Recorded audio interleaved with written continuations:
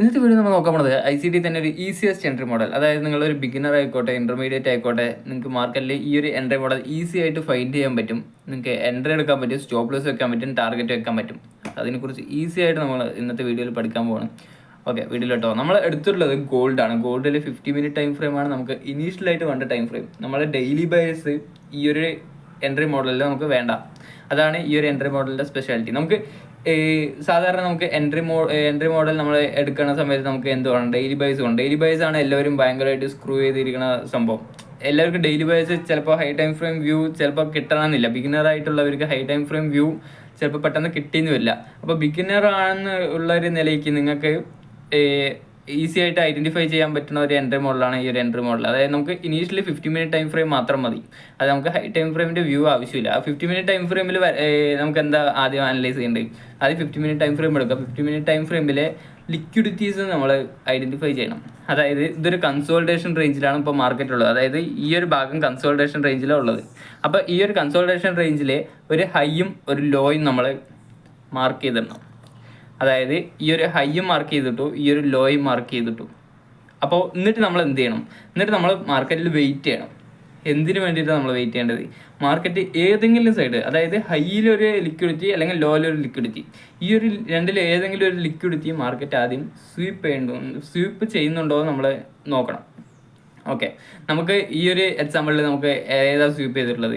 ഈ ഒരു equal loss അല്ലേ സ്വീപ്പ് ചെയ്തിട്ടുള്ളത്? അതായത് ഈ ലോത്തെ ലിക്വിഡിറ്റി അല്ലേ മാർക്കറ്റ് സ്വീപ്പ് ചെയ്തിട്ടുള്ളത്. ഓക്കെ, അപ്പോൾ നമുക്ക് ഈ ഒരു ലോത്തെ ലിക്വിഡിറ്റിയാണ് ആദ്യം സ്വീപ്പ് ചെയ്തിട്ടുള്ളതെന്ന് മനസ്സിലായി. അപ്പോൾ നമ്മൾ ആഫ്റ്റർ ലിക്വിഡിറ്റി സ്വീപ്പ് നമ്മൾ മാർക്കറ്റിൽ ടൈം ഫ്രെയിം നമ്മൾ ഡ്രോപ്പ് ചെയ്യാൻ പോകണം. ഓക്കെ, നമ്മൾ ഏത് ടൈം ഫ്രെയിമാണ് നമുക്ക് നെക്സ്റ്റ് വേണ്ടത്? 1 minute time frame. 1 minute time ഫ്രെയിമിലാണ് നമ്മളെ എൻട്രി നമ്മൾ പ്ലേസ് ചെയ്യാൻ പോണത്.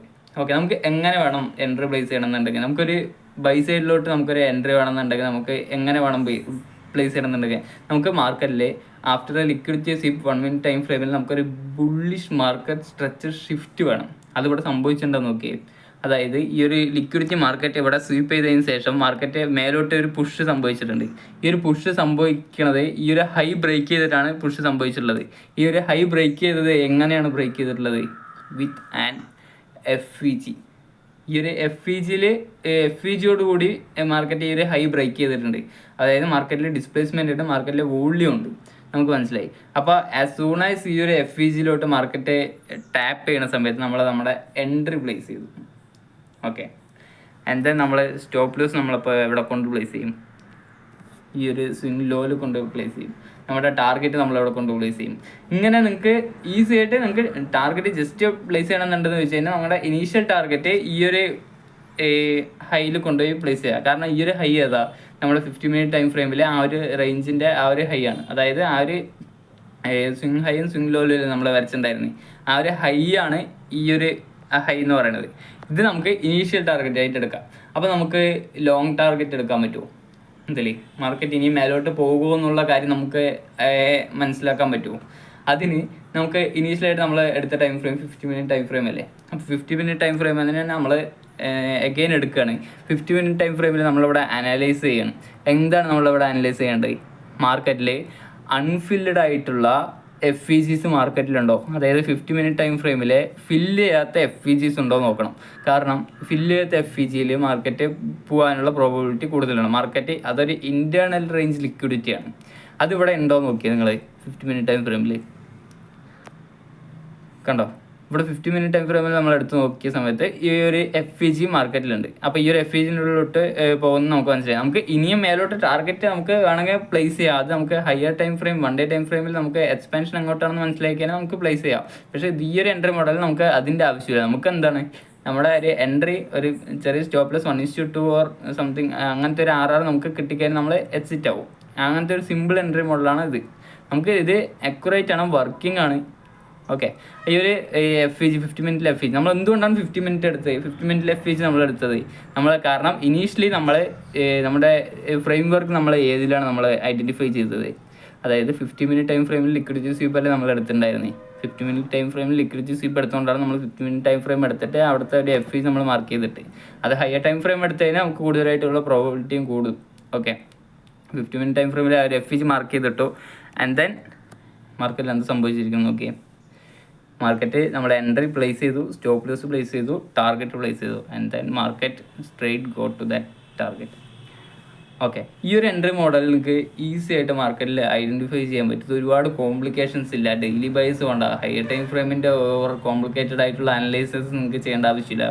നിങ്ങൾ ആസ് എ ഒരു ബിഗിനർ അല്ലെങ്കിൽ ഒരു ഇൻ്റർമീഡിയറ്റ് എന്നുള്ള രീതിയിലാണെന്നുണ്ടെങ്കിൽ നിങ്ങൾക്ക് ഈസി ആയിട്ട് ഐഡൻറ്റിഫൈ ചെയ്യാൻ പറ്റിയ ഒരു എൻട്രി മോഡലാണ്. കാരണം നിങ്ങൾക്ക് ചില ഇൻ്റർമീഡിയറ്റും ബിഗിനറായിട്ടുള്ള എല്ലാവരും ഡെയിലി ബൈസിൽ ഭയങ്കര കോംപ്ലിക്കേറ്റഡ് ആവുന്നു. കാരണം ICT കോൺസെപ്റ്റിൽ തന്നെ ഡെയിലി ബൈസ് മനസ്സിലായിട്ടില്ല എന്ന് വെച്ച് കഴിഞ്ഞാൽ നമ്മുടെ എല്ലാ എൻട്രി മോഡലും നമുക്ക് ലൂസ് വരാനുള്ള ചാൻസസ് ഉണ്ട്. അപ്പോൾ ഈ ഒരു എൻട്രി മോഡലിൽ നമുക്ക് ഡെയിലി ബൈസിൻ്റെ ആവശ്യമില്ല, നമുക്ക് മാർക്കറ്റിൻ്റെ ഡെയിലി എക്സ്പാൻഷൻ എങ്ങോട്ടാണ് വേണ്ടതെന്ന് ആവശ്യമില്ല.